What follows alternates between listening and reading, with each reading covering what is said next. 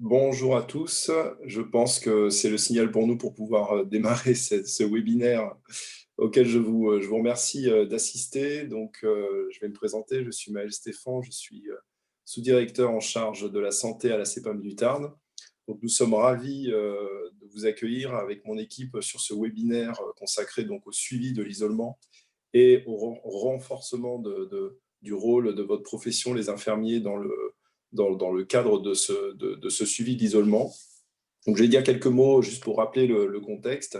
Et ensuite, on a prévu une présentation pour approfondir et pouvoir répondre à vos questions sur le rôle qui est attendu de la profession des infirmiers dans ce renforcement du suivi d'isolement, donc des patients zéro, des patients positifs au Covid. Donc, quelques mots pour juste vous préciser que l'assurance maladie, depuis le début de la crise, est mobilisée sur ce qu'on appelle le contact tracing, c'est-à-dire le recensement et l'identification des patients contacts liés à un patient dit zéro. Donc, pouvoir à la fois accompagner le patient zéro dans la réalisation, dans son isolement et dans la bonne pratique en matière de gestes barrières et pouvoir identifier ces patients contacts, ces contacts, pour pouvoir aussi les accompagner autour de leur isolement, le fait qu'ils fassent un test, qu'ils puissent bénéficier de masques et donc observer des gestes de distanciation sociale importants. Donc cette activité de l'assurance maladie depuis le mois de mai, elle continue aujourd'hui. Les pouvoirs publics ont décidé de renforcer en fait la partie autour de l'isolement des patients zéro des cas contacts avec un dispositif qui va donc être composé de plusieurs niveaux. Le premier niveau de ce renforcement de l'isolement, c'est une activité déjà de télésuivi assurée par l'assurance maladie, c'est-à-dire que l'assurance maladie, après un contact avec un patient positif au Covid, après cet accompagnement téléphonique que nous avions déjà l'habitude de faire, va reprendre contact avec ce patient 4 jours après le premier contact et puis enfin 7 jours après pour pouvoir s'assurer de la bonne réalisation de l'isolement et du bon déroulé de cette situation qui est très particulière pour le patient concerné. Parallèlement, il y a un renforcement de ce que nous appelons les cellules territoriales d'appui à l'isolement, qui sont des structures qui sont attachées aux préfectures et qui sont en charge de pouvoir apporter des solutions à des patients zéro ou contact qui éprouveraient des difficultés dites sociales à l'isolement, mais ça peut être des difficultés en termes d'hébergement, en termes de ressources, en termes d'accès à des outils numériques. Donc, dans ce cadre-là, il y a un accompagnement qui peut être fait, diligenté par ces structures qui existent déjà, mais qui vont là se voir renforcées avec un suivi plus rapide, plus fluide, une relation plus systématique entre le contact tracing et ces cellules. Et vous, enfin, vous êtes une pierre angulaire de ce renforcement de l'isolement avec donc effectivement une visite d'une infirmière au domicile du patient dit zéro dans les 24 heures qui suivent le contact avec l'assurance maladie, là aussi pour assurer un meilleur accompagnement du patient zéro, pouvoir tester son entourage et vérifier le bon déroulement, le bon déroulé de cette situation particulière d'isolement que doit connaître le patient zéro et, le cas échéant, évidemment, faire les relais nécessaires, soit auprès de la cellule d'appui territorial à l'isolement quand il y a un besoin, soit auprès du médecin traitant. Donc voilà, on est dans cette configuration générale. On va vous présenter l'ensemble du processus et tous les détails nécessaires à la bonne prise en main de cette nouvelle activité sur laquelle votre profession va pouvoir se positionner. Je vais laisser la parole à Madame Françoise Marais, qui est responsable de l'accompagnement des professionnels de santé à la CEPAM du Tarn, qui va donc, avec ses collaboratrices, pouvoir davantage rentrer dans le détail de ce dispositif.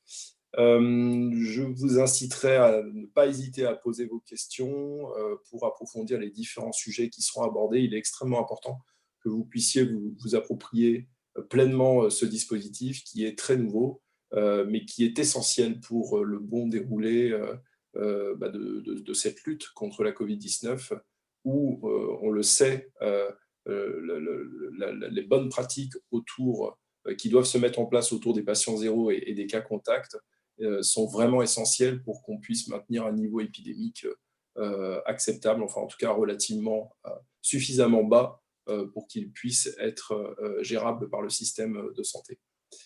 Je vous remercie. Je vais laisser la parole à Madame Marais. Bonjour à tous et à toutes.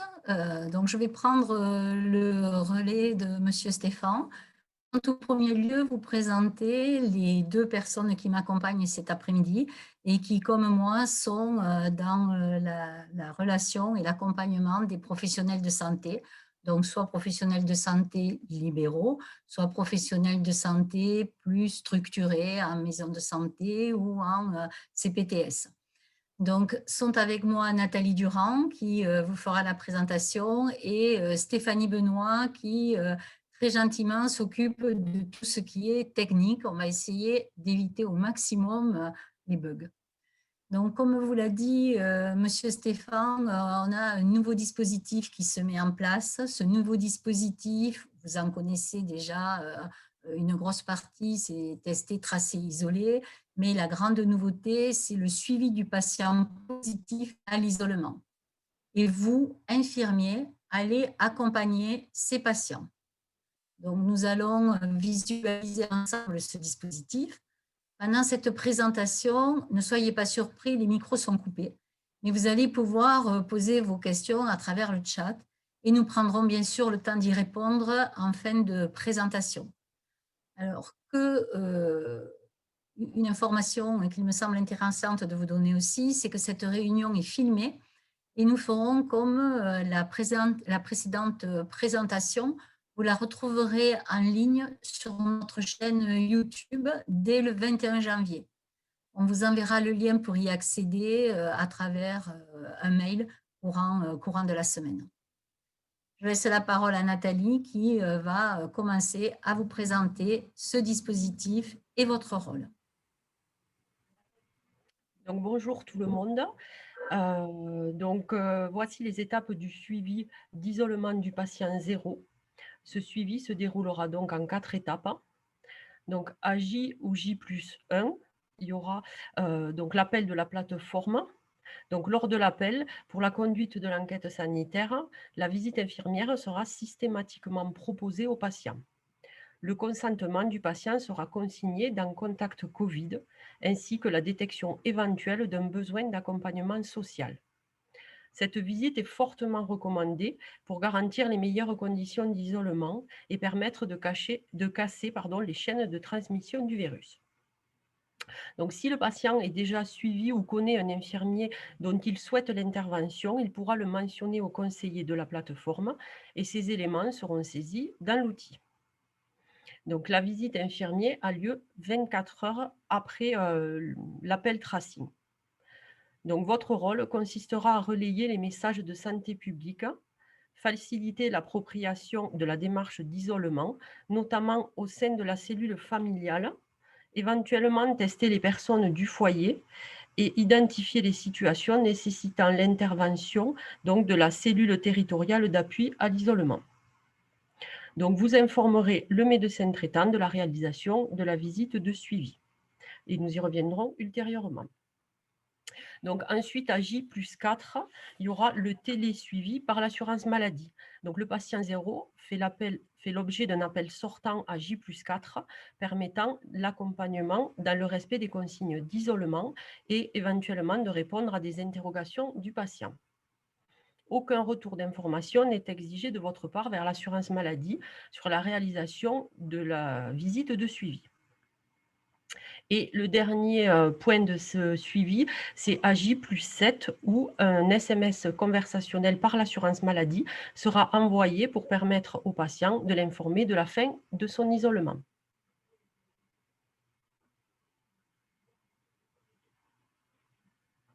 Donc, la visite à domicile sera l'occasion de sensibiliser les patients sur la nécessité d'appliquer les mesures au sein du foyer. C'est en cela que votre intervention va constituer une vraie plus-value, notamment sur la notion d'isolement au sein du foyer, pour laquelle les professionnels de santé et les autorités ont pu constater qu'elle n'était pas toujours bien observée.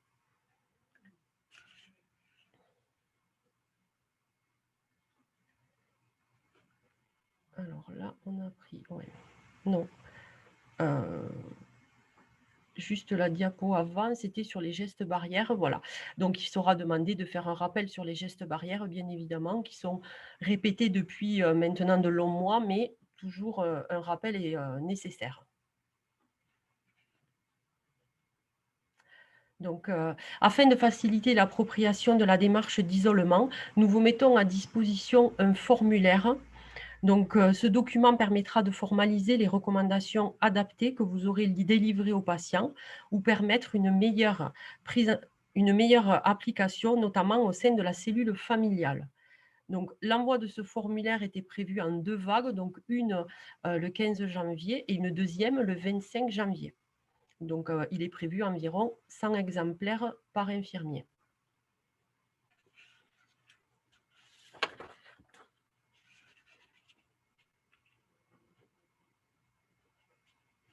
Donc, les préconisations recommandent un test pour les cas contacts d'un même foyer le plus rapidement possible. Vous aurez donc la possibilité de réaliser ce test pour les personnes contacts à l'occasion de la visite de suivi à l'isolement. Vous pouvez aussi réaliser à J+7 ou dès l'apparition des symptômes pour les patients contacts du foyer, dont le premier test se serait révélé négatif. Donc, les patients zéro peuvent se signaler sur l'application Tous Anti-Covid et s'ils le souhaitent, voilà, vous pouvez avec eux générer un code que vous leur donnerez pour pouvoir accéder à cette application.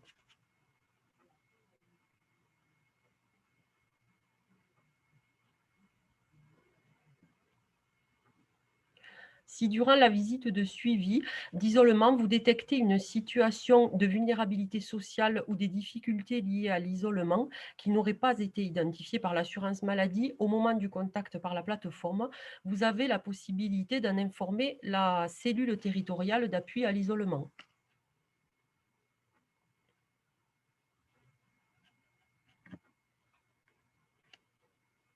Donc, comme on disait tout à l'heure, vous avez la possibilité d'informer le médecin traitant de la réalisation de la visite de suivi à l'isolement selon le canal qui vous semble le plus approprié et si la situation du patient le nécessite. Donc, vous n'avez pas de retour d'information à faire à l'assurance maladie sur cette réalisation de visite. Et je vais céder la parole à Françoise Marais qui va reprendre sur la plateforme du coup.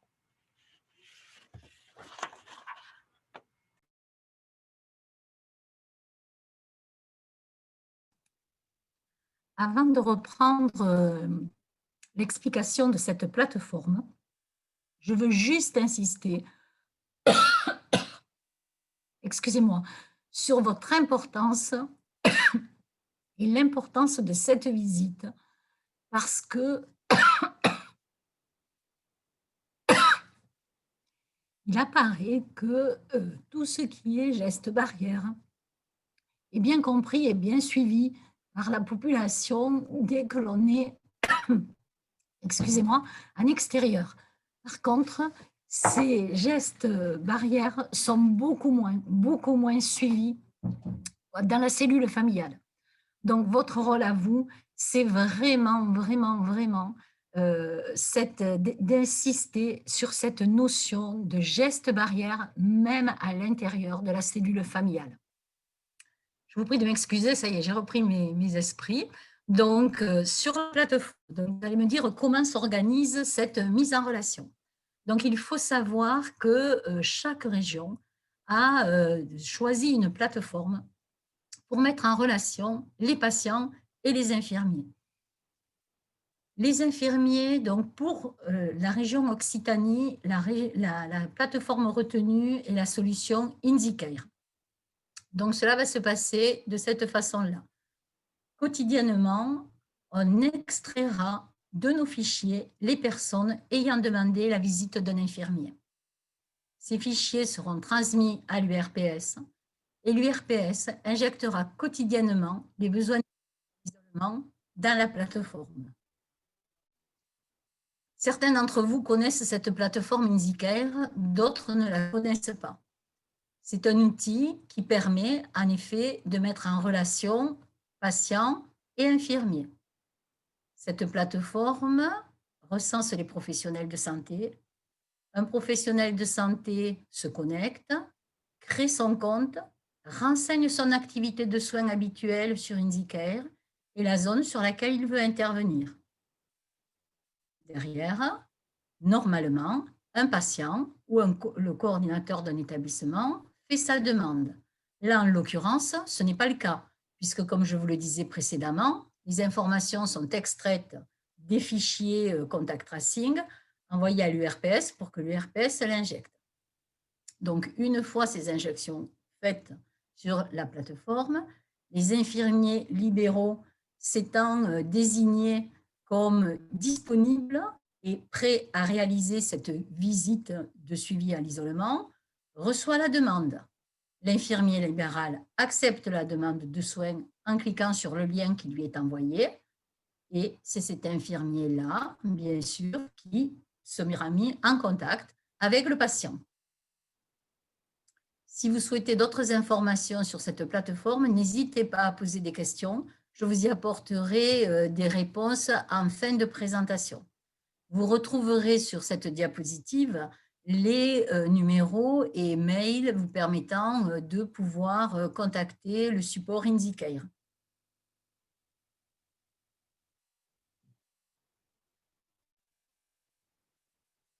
Donc, pour toutes les infirmières et infirmiers qui ont créé leur profil sur la plateforme InsyCare, il faut savoir que par une mise à jour automatique, votre profil comporte déjà la mention « Visite de suivi à l'isolement ».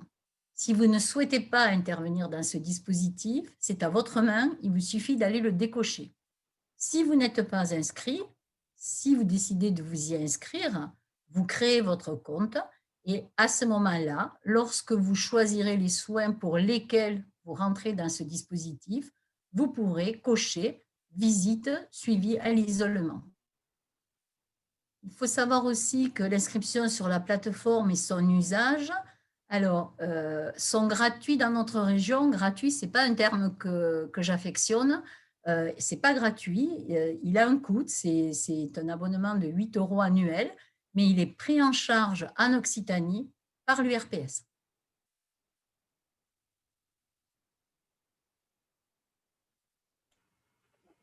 Oui. Je pense qu'on va pouvoir basculer sur la diapo suivante qui est la facturation. Donc, en ce qui concerne la facturation, il s'agit d'une facturation classique en télétransmission. Donc, la rémunération de la visite qui est prévue, c'est un AMI 5,6 plus la MCI, soit 22,64 €. Donc, le cumul est possible avec la rémunération des tests antigéniques réalisés pour les membres du foyer et les majorations, donc dimanche, jour férié, plus les ICA. Donc, pour rappel, concernant les tests antigéniques au domicile, ils peuvent être facturés donc AMI 9,6 et au-delà de 3, on facture un AMI 8,3, donc avec l'Exodiv 3.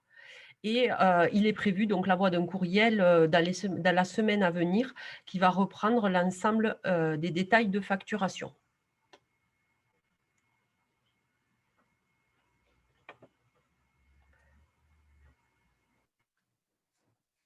Pour information, donc, à la caisse primaire du Tarn, vous avez 2 équipes qui sont là pour vous accompagner.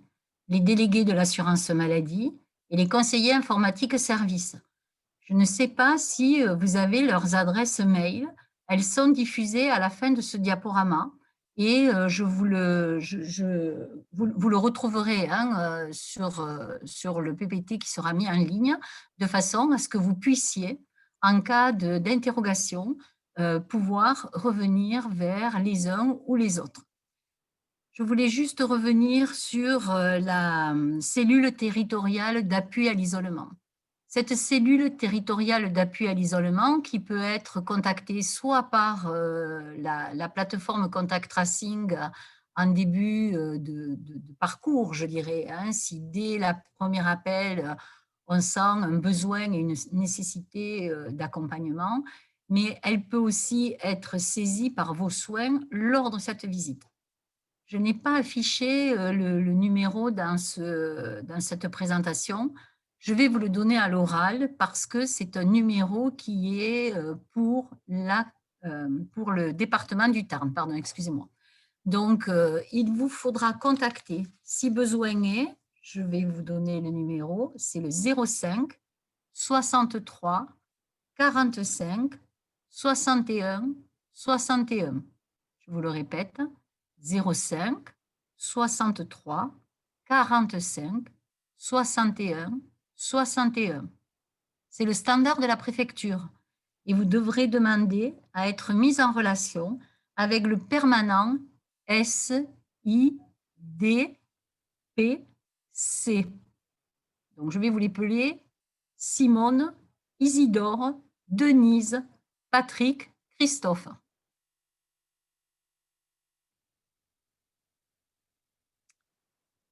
Nous arrivons au terme de cette présentation. Donc, vous comprenez l'enjeu fort. On espère que vous serez tous mobilisés autour de ces visites. Plus vous serez nombreux, plus le traçage sera facile et l'accompagnement de ces patients sera facile. Nous savons tous que vous êtes fortement sollicités actuellement. Vous êtes sollicités pour la réalisation des TAG, vous êtes sollicité maintenant sur ce suivi du patient zéro à l'isolement. Demain, vous serez sollicité pour la vaccination. Nous savons qu'en plus de vos activités, c'est un nombre d'actes, d'heures de travail conséquentes. Nous savons pouvoir compter sur vous et nous vous en remercions. Je vais laisser place aux questions. N'hésitez pas, nous allons y répondre. Merci.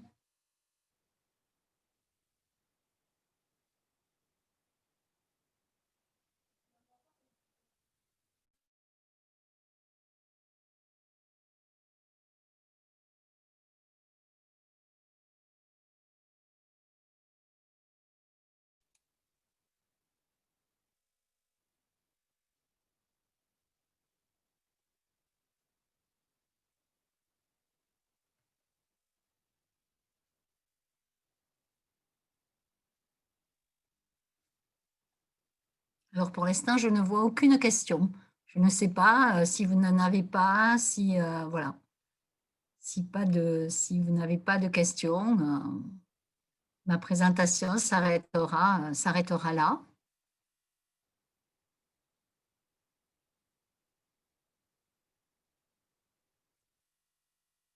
Alors, je vais répondre à la première question sur InsiCare. Appartient-elle à la FNI? C'est ce qui se dit. Alors, en effet, c'est un syndicat qui est à la base de InsiCare. Tout à fait.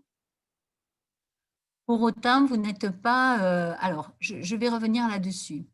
Je vais revenir là-dessus, c'est-à-dire que si vous n'êtes pas inscrit sur InsiCare et qu'un patient vous choisisse, vous recevrez, vous aussi, vous recevrez un SMS vous prévenant que tel patient souhaite que vous réalisiez auprès de lui cette visite de suivi à l'isolement, hein. Même si vous n'avez pas créé un compte sur InsiCare, vous serez prévenu en tant qu'infirmier choisi par le patient X ou Y.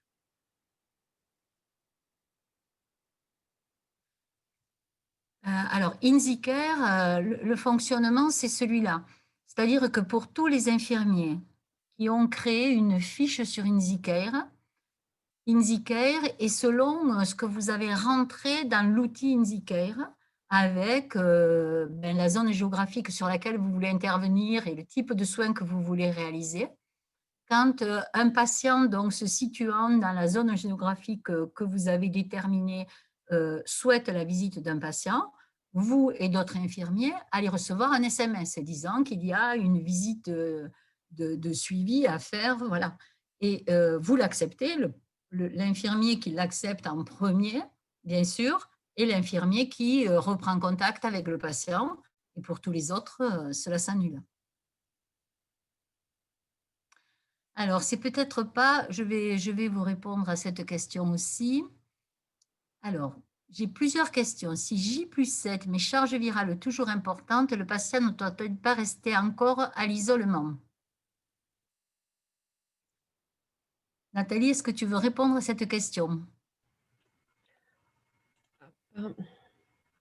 Oui, donc ce qui est normalement prévu, c'est 7 jours, sauf effectivement si le patient a toujours des symptômes, donc fièvre, toux ou d'autres, en fait, on compte, c'est 48 heures après la fin des symptômes. Il doit rester à l'isolement le temps des symptômes et 48 heures après la fin des symptômes.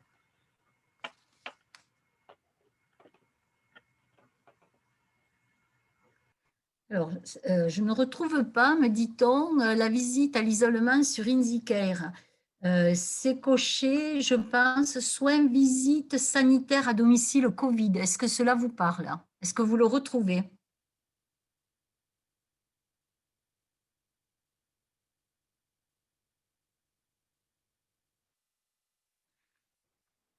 Si vous voulez, en effet, donc la question suivante est, il faut faire une première inscription sur ordi.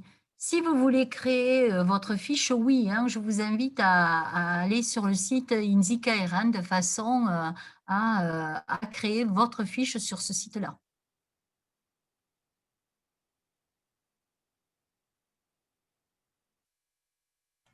Alors, la facturation doit se faire pour chaque personne du foyer ou juste une fois pour le foyer complet. Comme vous l'a dit Nathalie, vous allez recevoir dans le courant de la semaine, début de semaine prochaine, un courriel qui reprend toutes les modalités de facturation, hein, que ce soit le cumul entre la visite, les TAG réalisés, 1, 2, 3, voilà, mais bien sûr, c'est pour chaque membre du foyer.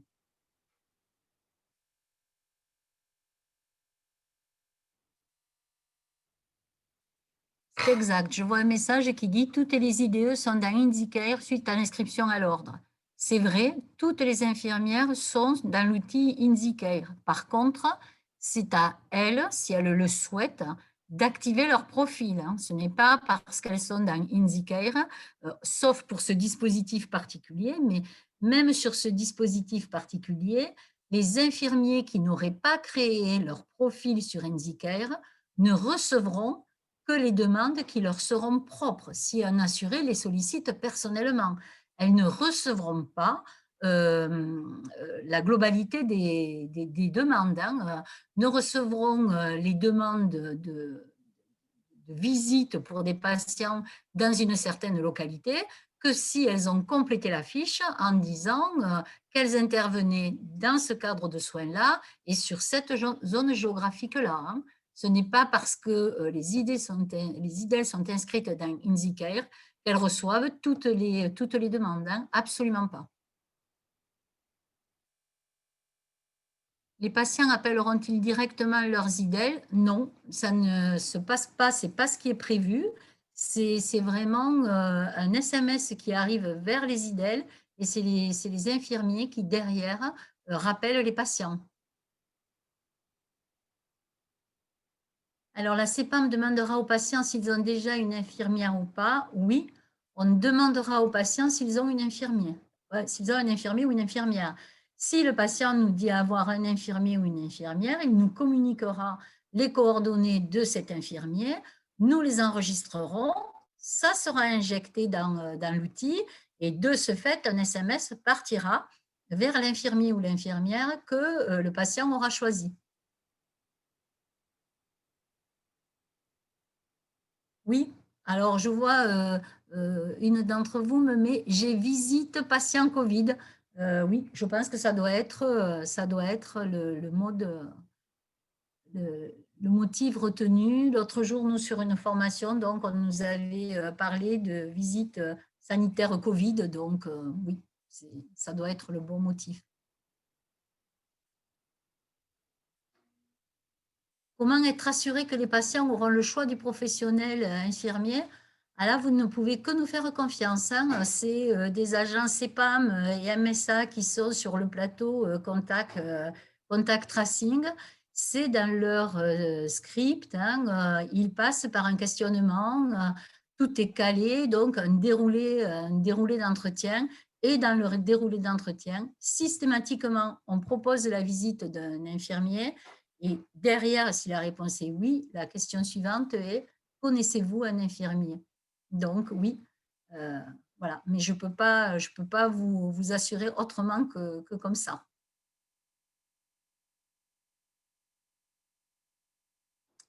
Alors, est-ce que nous devons intervenir uniquement dans le secteur? Alors, je dirais que le secteur, il n'y a pas de notion de cabinet le plus proche, hein, ça c'est certain. Après, selon comment vous vous êtes, pour ceux qui connaissent le dispositif donc, de cette plateforme, vous savez que selon la façon dont vous vous êtes identifié, selon le secteur géographique que vous avez identifié, mais si j'ai bien compris, vous pouvez modifier ce secteur relativement facilement. Vous ne recevrez que les demandes qui rentrent dans votre secteur, sauf si personne ne répond dans un délai d'1 heure, et à ce moment-là, le secteur est élargi. Donc, vous pouvez vous retrouver, dans un premier temps, le secteur que vous avez indiqué ne figurant pas dans le secteur retenu pour le patient ne pas être alerté. Personne ne répondant sur ce secteur, donc le rayon va s'élargir. Et du coup, de ce fait, la zone que vous avez cochée peut être dans le secteur du patient. J'espère avoir répondu à votre demande. Alors, pourquoi ne pas utiliser la plateforme Spico qui est homologuée par le GIP? Je ne sais pas. Je n'étais pas aux négociations nationales. Ça a été négocié au niveau national hein, par, je pense, vos professions, les URPS. Donc, je ne peux pas vous dire pourquoi la plateforme Spico n'a pas été retenue.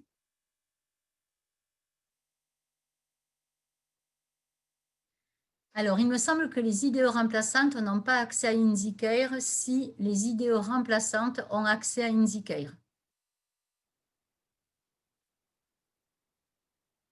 Peut-on proposer cette visite directement après avoir réalisé un TAG positif? Non. Si vous réalisez un TAG positif, vous en connaissez le circuit. Hein. Vous devez, tous les TAG que vous faites, positifs ou négatifs, doivent être enregistrés dans SIDEP.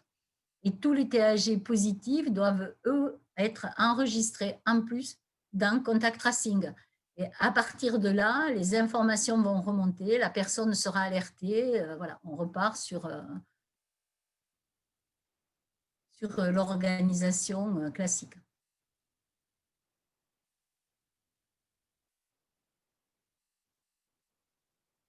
Je suis arrivée au bout des questions qui étaient posées jusque-là.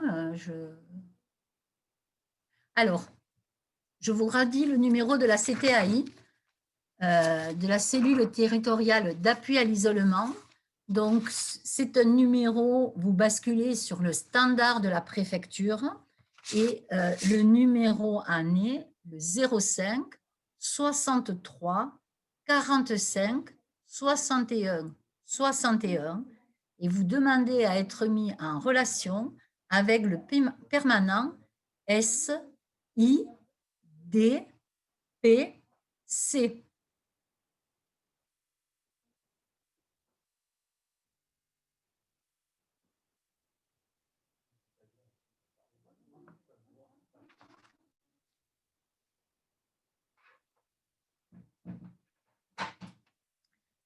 Alors, je ne suis pas dans le Tarn, mais c'est le seul webinaire que je pouvais suivre. Connaissez-vous celui de l'Aude? Écoutez, oui, je connais celui de l'Aude et les dates et les liens. Je ne peux pas vous le donner comme ça, mais si vous pouvez me laisser votre numéro de téléphone, je veux bien vous rappeler pour vous donner ces informations-là.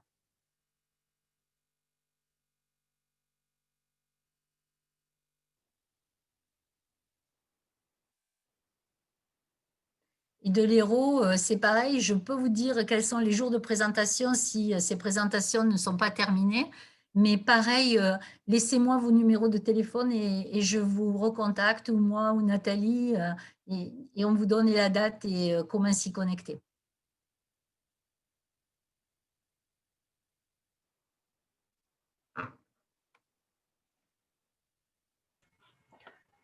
Juste Merci, on vous Françoise, répond. apparemment, elles veulent le numéro du CTAI des C'est le départements. numéro du CTAI que vous souhaitez? Oui, oui, regarde, la dame, ouais, je pensais là. Je veux Ah, dire je le veux dire CTAI de le l'Aude. CTAI de l'Aude. Oui,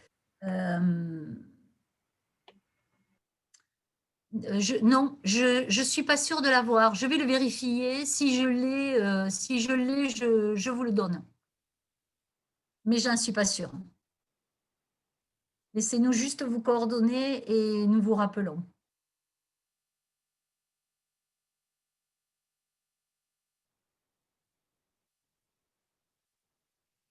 Je ne vois plus de questions, donc si nous avons répondu à vos interrogations, bien écoutez, il ne me reste plus qu'à vous souhaiter une bonne après-midi. N'oubliez pas que nous sommes là pour vous aider sur tout le côté administratif. Vous avez une charge de travail conséquente. On vous demande une mobilisation supplémentaire dans cette action-là. Donc, n'hésitez pas pour tout ce qui est vraiment problématique administrative, si l'on peut vous aider, ou bien, pareil, si vous avez des soucis de connexion, vous avez l'adresse des CIS. Vous risquez d'être amené à créer des ICPS, vous en avez peut-être déjà entendu parler. Notre équipe CIS est tout à fait en mesure de vous accompagner dans cette démarche-là. Donc, essayez de vous alléger et de revenir vers nous si besoin. Je vous souhaite à tous et à toutes une bonne après-midi et merci pour votre participation. À très bientôt peut-être.